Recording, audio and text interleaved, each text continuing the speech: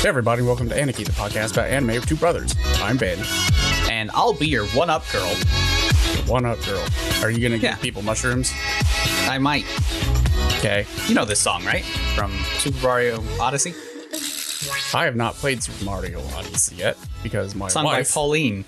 My wife is the only person in this house with a Switch, and it has been consumed by Animal Crossing. Animal Crossing, yeah, so is everybody else's life. So the local Seattle Times newspaper had a thing. It's like what our journalists are doing during the stay-at-home order. Is it? And even they are like Animal Crossing, and several of us are. Yes, Animal Crossing is mentioned several times because everyone on the planet is playing Animal Crossing. Oh dear. Okay. Well, I have not played it because I don't have access to the Switch. Well, buy a second one. No. I've decided to try and learn new things during this awful time. And if I played Animal Crossing, I would do literally nothing except sit on the couch. Well, and play Animal Crossing. And there are things you can do in Animal Crossing. Oh. Like landscaping and interior design. Oh. I'll think about it. What have you been up to since last we spoke? And don't say Animal Crossing. Animal Crossing. How's your let's see. How's your stock market? Up and down. I have finished Final Fantasy VII, so that's nice. Oh, good. Well, at least the first part. No. I mean the original. Oh, the original. That was quick. And it's not as long as you would think. And, you know, the last dungeon is way short. So the first time I played it with only one game over, and that was when Yuffie stole my materia because she's kind of a bitch. Mm-hmm. And I got all the way to the final part of Crater. Uh-huh. And then I told myself I was going to beat Ruby and Emerald Weapon, and I never did. So I never beat the game. So did you? So now I finally beat it years later, years afterwards. No, I didn't. You didn't? Because I was like, because I was like, it'll happen again if I try to beat the weapons. So if I remember, it was at minimum like a 60-hour game, right? I don't have my Switch up here, but it is about that. Yeah, I think that's about how long I logged onto it, which makes you wonder how long Remake's going to be because it took me 8 hours to get out of Midgar, and it's like a 60-hour game. So. That'll be a very interesting call on their part. Because, like, what do you cut? Because everything in that game is very iconic, so it's hard to cut anything. And they just seem to be interested in adding things, and it's like, why did you do it this way? On one hand, I appreciate it because it is adding more depth to the game, but on the other hand, it's like, you're going to make this so long that no one's ever going to play it, and it's going to span, like, 3 generations of console. I bet they cut out chocobos. They had better not. That's such, like, a famous side quest. No more chocobo inbreeding. I mean, look, if I can't get Knights of the Round, why am I playing Final Fantasy VII? I knew that materia was overpowered. I did not realize it literally one-shots the final boss. Yeah, it makes it not fun. Well, I wouldn't say that.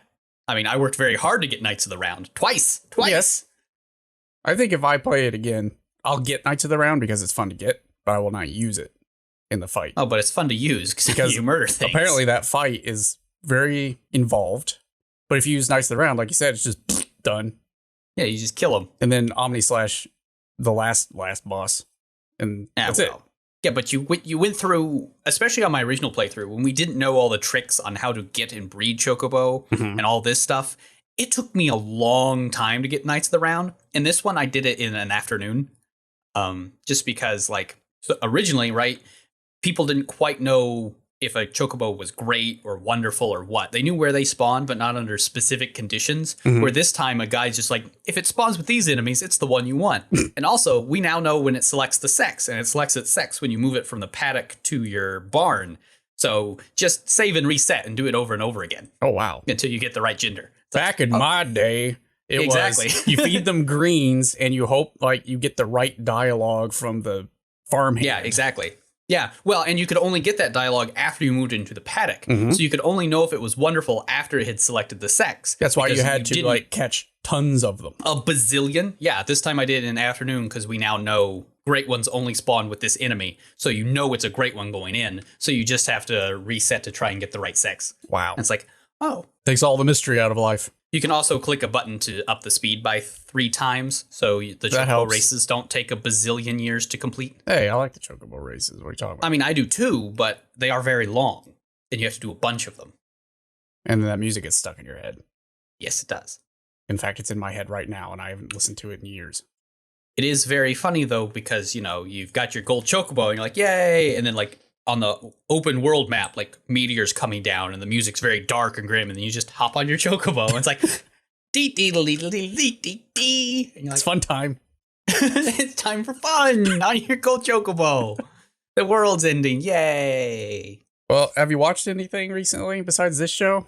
Annie restarted Horizon Zero Dawn, which is a really great game. But my wife started watching Tsukuyomi. Did I tell you that before? Moon Phase? Moon Phase? Yeah. Hey, that show's good. It is good. I still want to see the last episodes for real, because the ones we watched were the TV airs, and those don't have animation. They fixed that. I did not know Moon Phase was done by Shaft way back in the day.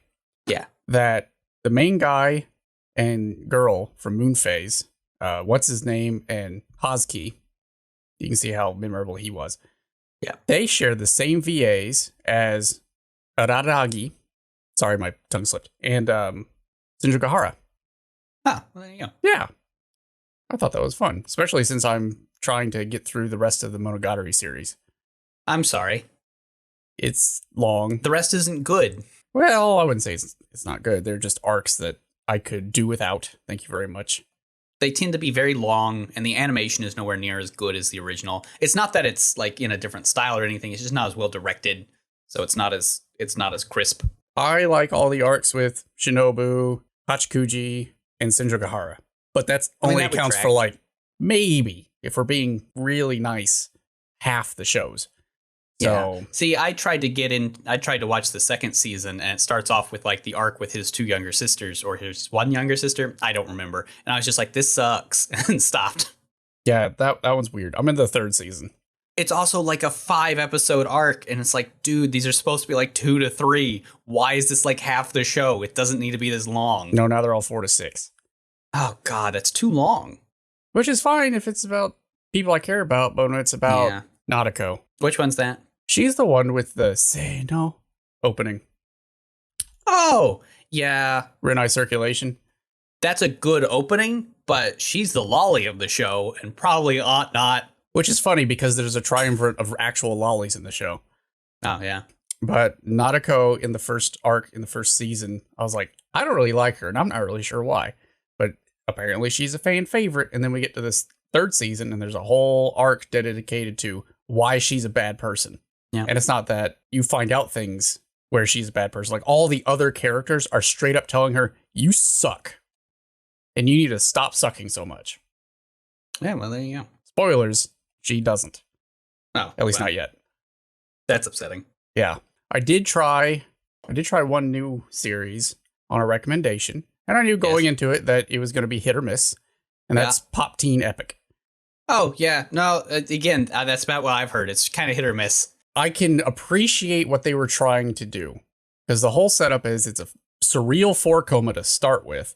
And when they animated it, they're like, okay, here's what we're going to do, guys. We're going to do each batch of sketches twice in a 30-minute episode. The first time, we're going to have the two girls, if you want to call them that. they're Yaranaikas, not Yaranaikas. Yukuris. They are sort of Yukuris. Every couple sketches, we're going to switch out the voice actors, and all the voice actors are going to be dudes. Okay. Yeah. I mean, I guess that's a choice. Norio Wakamoto's in the mix. Ooh. I'm now interested. And then for the second half, we're just going to have them voiced by actual female VAs. I think they switch them up, but not to the same extent as they do for the first part. That said, I'm like, I'm on board with that premise. It is extremely lolsa random. Yeah. I mean, that is what it is. It's heavily steeped in Japanese pop culture, which if you just watch anime and maybe some J-drama, you might get like 30% of the jokes, but that's about it. Yeah. So good luck if you're going to watch it. I watched an episode. I'm like, I'm going to put that one over here. Get back to that later on when I'm dead. I can't segue from when I'm dead. Yeah, it's very tough. I was going to say, hey, you know a show that has someone that dies? I would need an extra Cross life. Game. You know what reminds me of, reminds me slightly of Cross Game? What's that? A show called High Score Girl. See, that was elegant. There you go.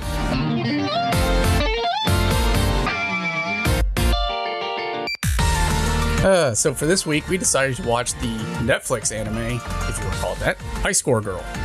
Well, I mean, it's an anime. It is an anime. Or do you mean a Netflix? I don't know how involved Netflix was in creating this one. I know that they'll just say Netflix original anime because they just slap their name on it because they decided to license it. But I don't know how involved they were in High Score Girl. They weren't. They're just the distributor. Okay, that's kind of what I figured. Most of their shows. Yeah. The pitch of this show is pretty simple, pretty straightforward. There's a guy in the 80s and early 90s. Early 90s. It starts in the early 90s. Starts in 91. Oh. That's not the 80s. Early 90s. That is heavily into arcade culture. Yep. Big into arcade games. And he's a brat. Yeah, he's kind of a jerk. So, throughout the show, he gets involved in a love triangle between a high school beauty and another high school beauty who's also basically the daughter of the CEO of Sony. Yeah, I guess so. So, arcade rat gets girl. Am I missing anything there? No, that's about what it is. What are your thoughts on this show? I think it ended up being really good. I feel the same way. The real question is, we'll get into this later, but the question is does our main character change enough to quote unquote deserve getting the girl? That's the big question. I have some notes on that. And I'm still a little on the fence about it myself. But I think that's the big question. So I will say, this is a slice of life show. And it's one of the few... No. It is. It's not a slice of life. It's a literal slice of life show because we only see the slices of life that relate to this relationship developing. No. That doesn't mean a slice of life show. This is not a slice. This is a romance. No, you're wrong, though. It's a slice of life show, and this is a romance because this is a romance drama. This is not a slice of life. No, I'm sticking with my story. Well, you're wrong, though. That's not how genres work. You can't just say this has snippets of his life, so it's a slice of life. It's like, no, all the slices of life revolve around his romantic entanglement in this love triangle. So it's not a slice of life. Bah. Anyway, I watched it's a romance show. Like 2 or 3 episodes to start out with. I'm like, oh, man. Yeah, I was ready to call it quits after 2. I was like, I'm just going to watch the bare minimum because this seems like a bad sort of not great Yonkoma style show. I'm out. Yeah, I'll have to watch up to episode 10 and then I'm out. And then after about episode 6, I literally marathon the rest of the show in one sitting. I was about the same. With 3, I was like, ooh, this is way more interesting. I didn't think they were going to actually do this. And then going forward is ooh, this is very good. The drama's great. There's several twists that I did not expect, and I appreciated them very much. I agree. So would you recommend people watch this? I would, with the caveat that the animation kind of sucks. Yeah, well, it's not well done. It is CG animated. It is CG animated. And this was a bad choice for this show. Well, I wouldn't say that. If it kept production low enough to, get it into an anime form, the anime is way better than the manga, because I read that too. Okay. I mean, I could see that. But I just mean, I love the character designs. I think the character designs are really cool and fun. It's just, it doesn't work.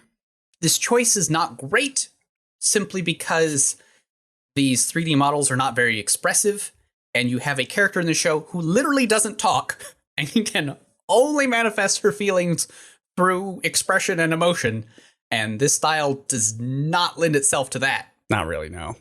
At all. And there's a couple of 4 mouths and that's it. Yeah. And there's a couple of over the top characters and those seem very stilted and strange because the CGI animation, because they're emphatically 3-dimensional, makes them feel more human.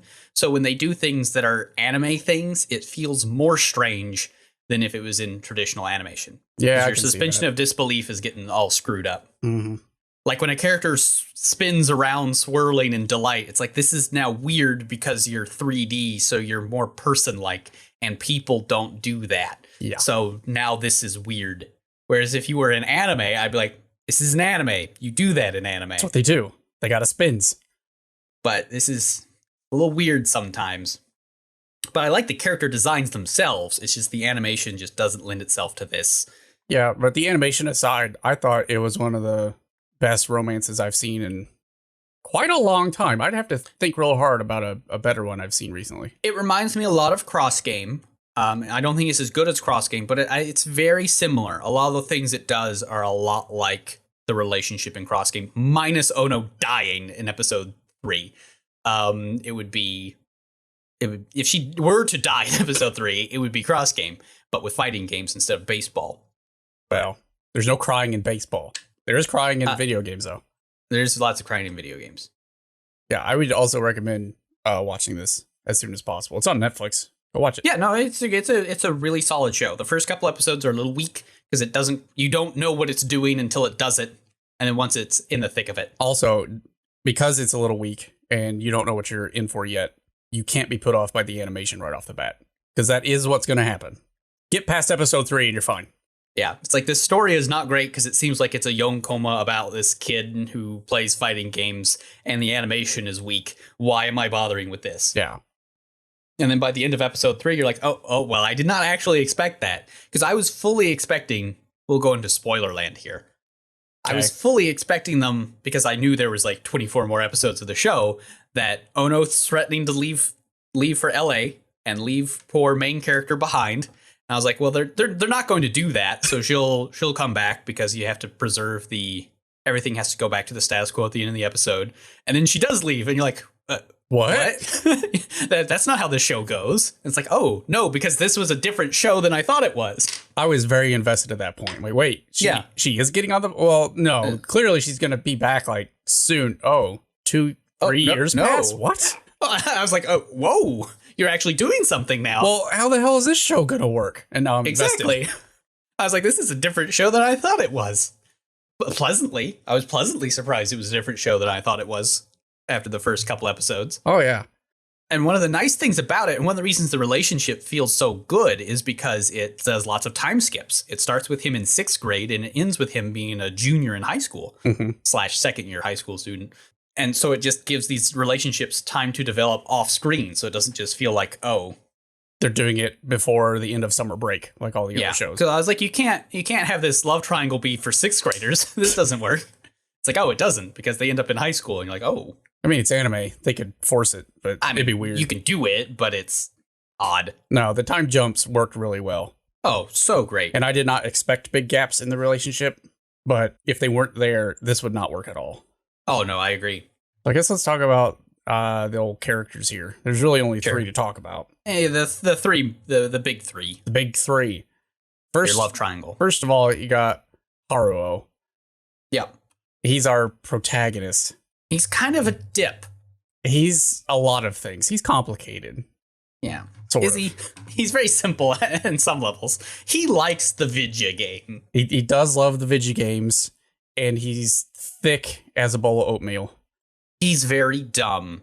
Now, there's a big discussion in the show of why girls like him, because he seems kind of worthless. Yeah. But they do a decent job of explaining it. They never come out and state, I think, the main reason why girls seem to like him. One that is explained in the show is that he's very dedicated. He's very dedicated, just like dedicated. Miami Dolphins fans.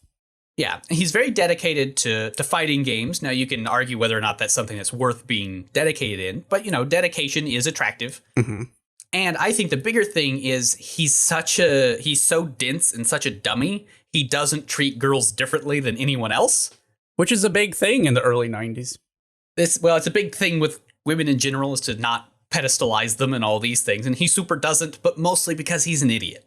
Well, and also just and this is literal otaku culture in the video games in early 90s Japan. Like, girls didn't do that. Yeah. They weren't even supposed to, like, none of them were supposed to be in the arcade, but it was sort of expected that, the delinquent boys will go in there. Yeah. But the nice girls, they won't go in an arcade. And he's like, oh, cool, you're in an arcade. Let me show you some games. Yeah, no, exactly. He's not a jerk. He treats everybody like the same in that regard. Well, he is a jerk, but he treats everyone the same. Yeah, exactly.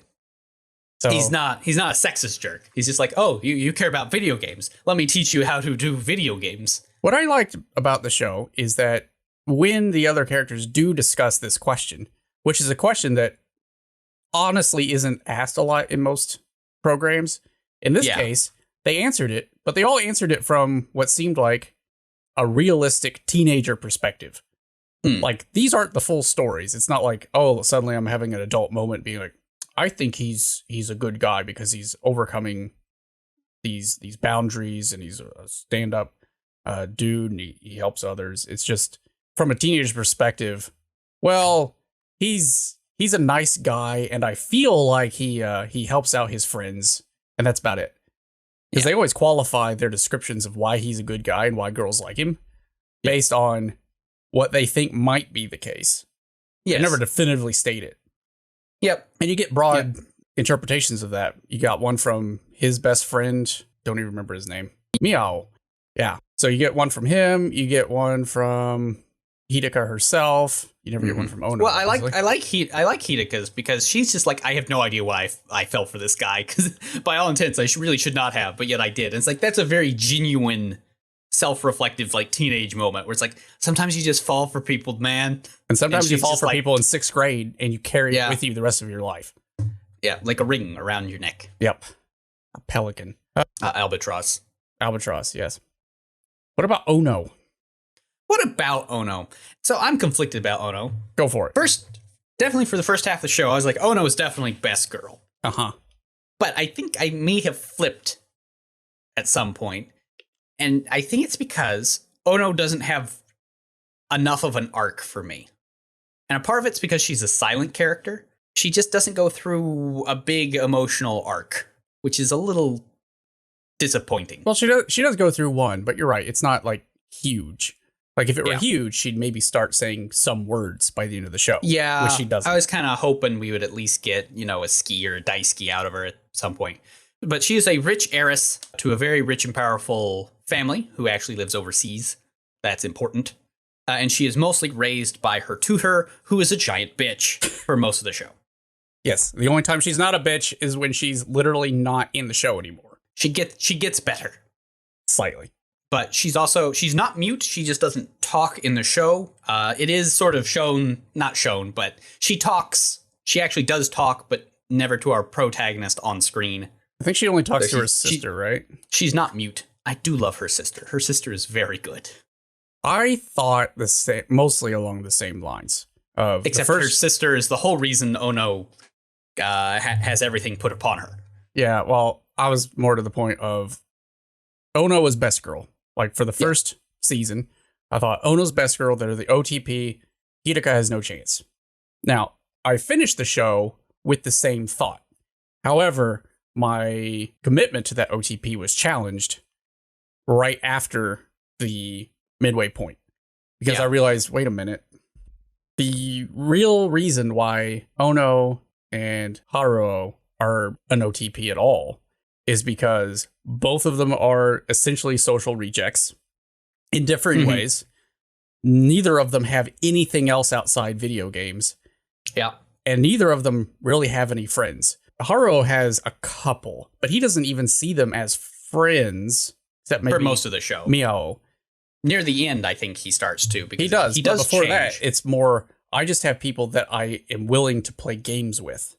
Yeah. And that's as far as that goes. And this is really thrust home when Ono and Haruo have a time where they're stuck in a hotel room together and no TV.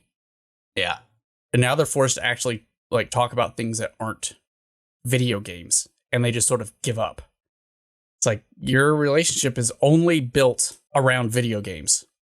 Well, I think it is at the beginning and through that midpoint, right? Right. And it does mature by the end, but not on Ono's side as much as I would like. Well, it might be, but we just don't know because she doesn't say anything. Yeah, exactly. I still think they're OTP, but I tend to agree. If we were going pragmatic and saying who is best for Mr. Haruo, it's clearly Hidaka. Sort of. Because she's actually She is the agent of change. She is the reason that the relationship between Haruo and Ono actually moves forward. If it weren't for her, their relationship would never have gotten off the ground because they needed a push. And she was the push on both ends of, on both of them, right? She was the outside force that caused them to sort of move their relationship in a direction rather than it just sort of floundering. That's definitely true for Haruo because he's an idiot.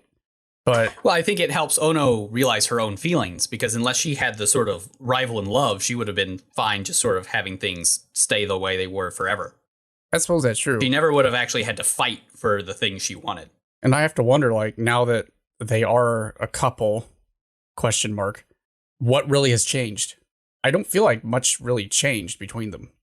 And maybe that's a good thing. Maybe that's the mark of a stable and something resembling healthy relationship where you make that confession and nothing really changes.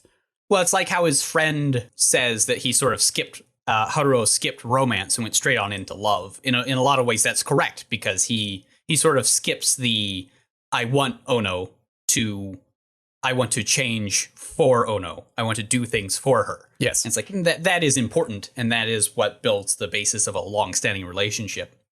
And again, it's that question of, does Haruo change enough to get the girl in this?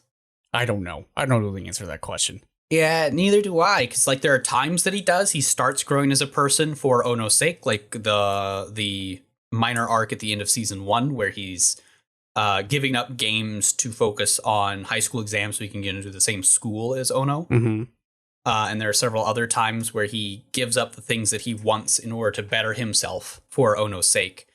But there is still a sort of a standing question, does he end up changing enough to make it feel real? And he's not just sort of being rewarded the girl because he's good at video games. Well, I guess at least from Ono's perspective, he did.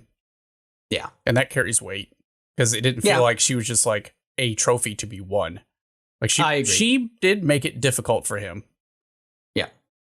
I do wish that more shows would take an opportunity. You can sometimes jump from nothing to straight on love. Yeah. And miss that romance part. Or at least show past the romance part. Because almost invariably, all anime romance shows are just that part. Yeah, it's true. In fact, I think the only show we've seen recently that did that is Otakus Are Hard to Love. And that's about adults that work at jobs. Again, you watch Cross Game. Unfortunately, it's not available anywhere. But I might have to. I'm getting pretty low on baseball. Cross Game, man. You're going to have to download it, I'm afraid. But I mean, it's probably my favorite anime. Really? It's real good. It's real good. And this has a lot of the same vibes with its relationships and its love triangles and its real boys having real feelings sort of things. Is that allowed? Can boys have feelings? I know, right? But this show does it well. Cross Game did it well. So it can be done. All right, let's talk about our girl Hidaka. Good old Hidaka. Poor Hidaka. She's probably the best character out of the show because she goes through the most struggles and changes the most throughout the show. In a lot of ways, she's actually kind of our protagonist in a lot of ways. It's kind of sad, really. Yeah. She starts out just showing up after the first time skip. We're not even given a real proper introduction to her. It's just she is in Haruo's class one day and has a crush on him now. Not really. She's more intrigued by him at first. It's just like, why is this kid is like living his quote unquote best life? I wonder what that's about. Well, that's a young person's crush, I would say. I mean, I suppose so. And she doesn't realize that this is like a real feeling that she has until that one night where he comes over to her house and plays that video game outside in the cold for way too long. Yeah. Now, why she develops that feeling, I have no idea. Well, and she doesn't even either, right? Because it is a very middle school crush, which is just like, I like this person and I do not know why. That's my biggest problem with Hidaka. And it might be fine. And it works out. But while watching it, I really do not understand this girl's drive to get this guy. Ono's I get because they got a shared connection and they were in sixth grade and they didn't have any other friends back then. But that's most people's first crush, though, right? Yeah, it's just like I said, it might be fine. But my problem is that for Hidaka, this is more my concern for her. She develops this crush right after Ono leaves. And then she immediately goes to an all-girls school away from Haruo with no other boys around. So even when Ono comes back, and she should realize at that point that there's no hope, it's like she has no other alternative, so she sort of doubles down on this guy. Now, is that good for the show? Definitely. But is that good for our girl Hidaka? I think that's unhealthy. I don't know. I think she deserves better. She does deserve better. That's my problem. Because she's the one who's most willing to change to get what she wants. And to do things. That may be why I like Hidaka, is because she's got a bit of that yandere vibe, right? Where she knows what she wants and she's going to go out and she's going to get it. Yeah, she doesn't kill anyone. She doesn't kill anybody. She just murders them in fighting games. Does that count? Almost. I mean, she does have that. She does murder all 10 of the people in their tournament in a row. Yeah. I mean, it kind of counts. She kills 10 people in a gang war, as you expect from a high school girl. She's definitely the most interesting and intriguing character in the show. I just felt bad for her at the end. A little bit. She knows at that point. She should know more than anyone else that she has no freaking chance. Yeah, but man, that bittersweet love, though. The unrequited bittersweet love. That's great trope. But she does do the good thing at the end. Oh, yeah. Haruo walks by and he's like, I'm not going to go see Ono off to the airport because she beat me, and that was the unspoken deal we had. Yeah, and she gave me this ring back that I gave her all the time ago, so she must be rejecting my feelings. She's like, no, you dummy. You gave it to her last time at the airport. Go do it again, you idiot. Now, hang on. I was convinced that was also the same thing.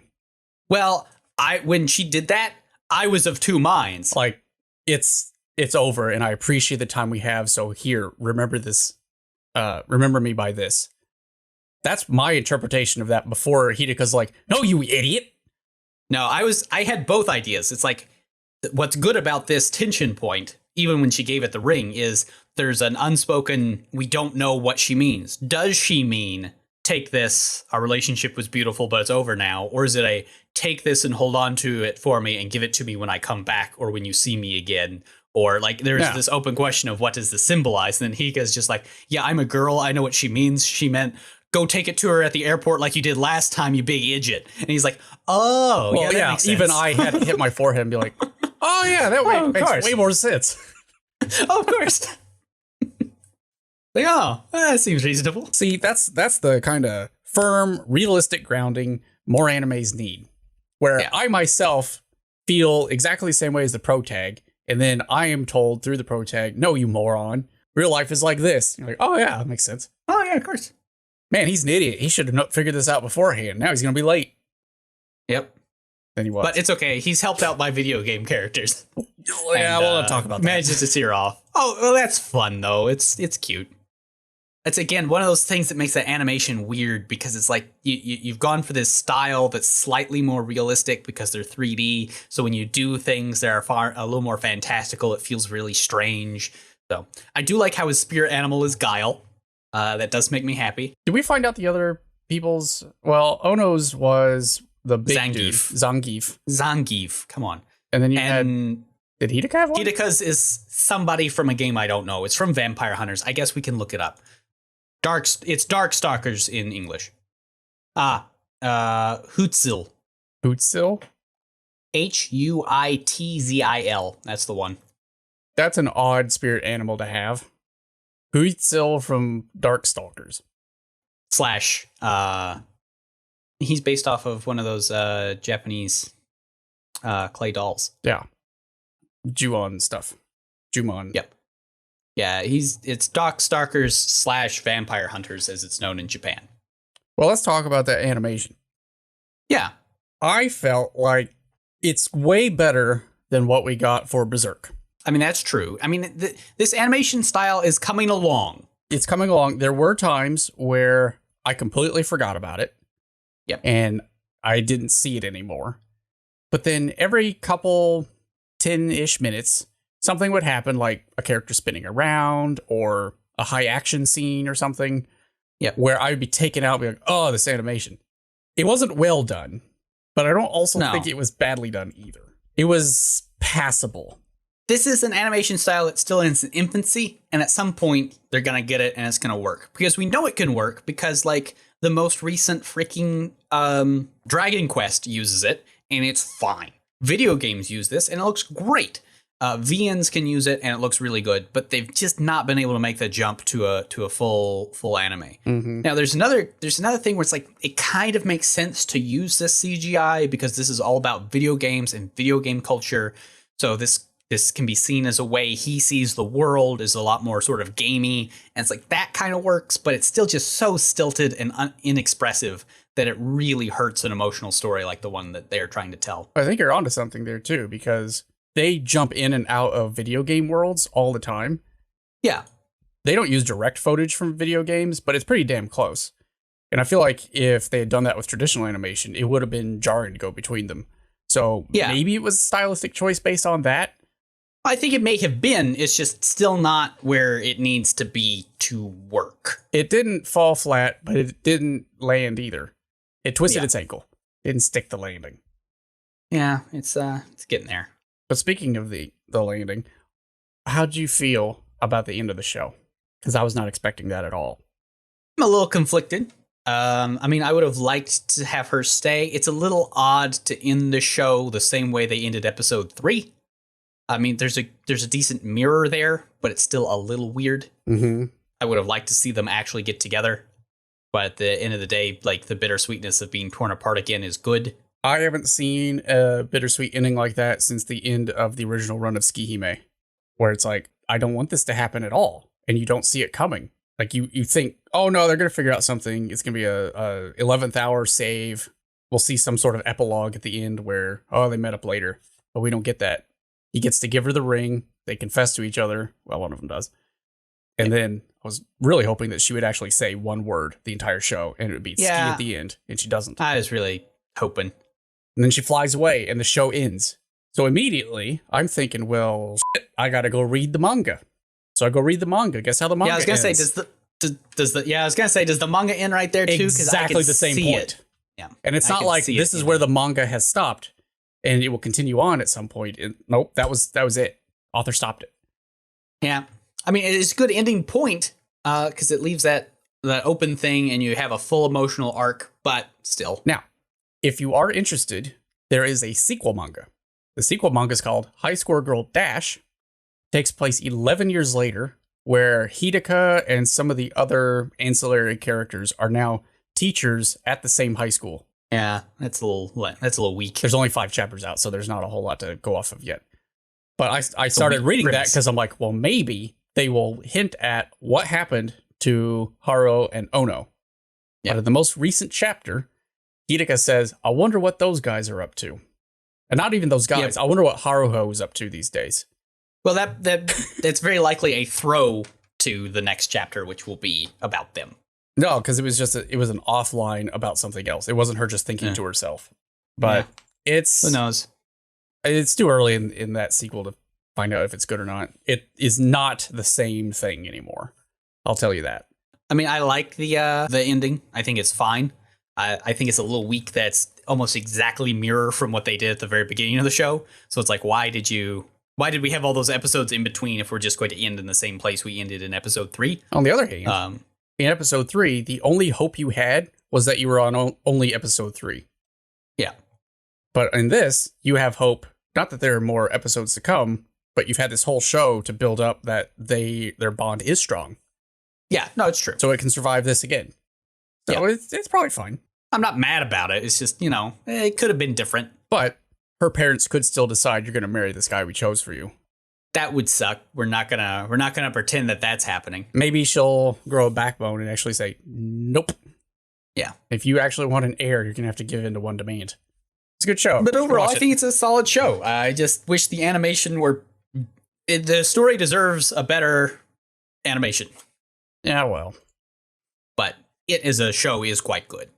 Don't let the first couple episodes lure you into a trap of it being bad, because it is not, in fact, bad. I have recently watched a show, told you about this last time, called Hoseki no Kuni, that does CGI, and I think it actually works. Okay. Are you up to trying that? This is the Steven Universe show, right? This is the Not Steven Universe show, yes. Okay, yeah, I'll watch a Not Steven Universe. Okay. I like Steven Universe, so I'll like the Not Steven Universe. It'll take you about half an episode to get past the animation. But then I will hope you realize, hey, wait, this actually works. I mean, I think there's things that you can do with this animation because of the fact that it does give it a slightly more realistic feel, even while using anime character designs, as evidenced by the fact of how jarring this show was when it would do anime things with these characters. So, but we shall see.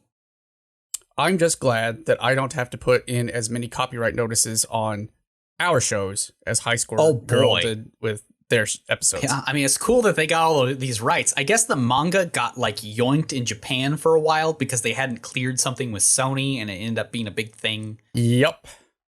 But they fixed it, which is a little weird. I mean, it's one thing. It's like, yeah, no, it's important to get all the copyright stuff lined up, but also they don't do anything bad with any of these properties or diss anything. Really, it's just a big promotion for these fighting. It's games. a big ad for, hey guys, buy these retro games, please. Yeah. Yeah. It was published by Square Enix, so you'd think they would have had all their ducks in a row. But I think it was Square. It could have been Capcom, but they got something. They got one volume nicked because they made themselves a goof. By SNK Playmore, all because of some characters from King of Fighters and Samurai Showdown. Oh. Okay. I feel like it's one of those things where they didn't read it. They just knew that these characters were being used and were like, don't do that. And then after they were like explained, it's like, look, this is just an ad for your games. They're like, oh, all right. That's fine. You should probably credit us, but yeah, that seems good. Unfortunately, trademarks being the way they are, you have to enforce them or you lose them. So, yeah.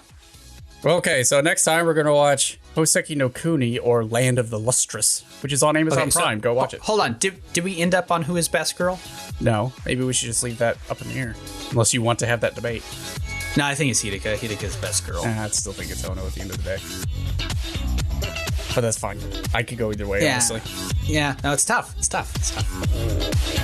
Now, let's just go with Cammy. Cammy is best girl.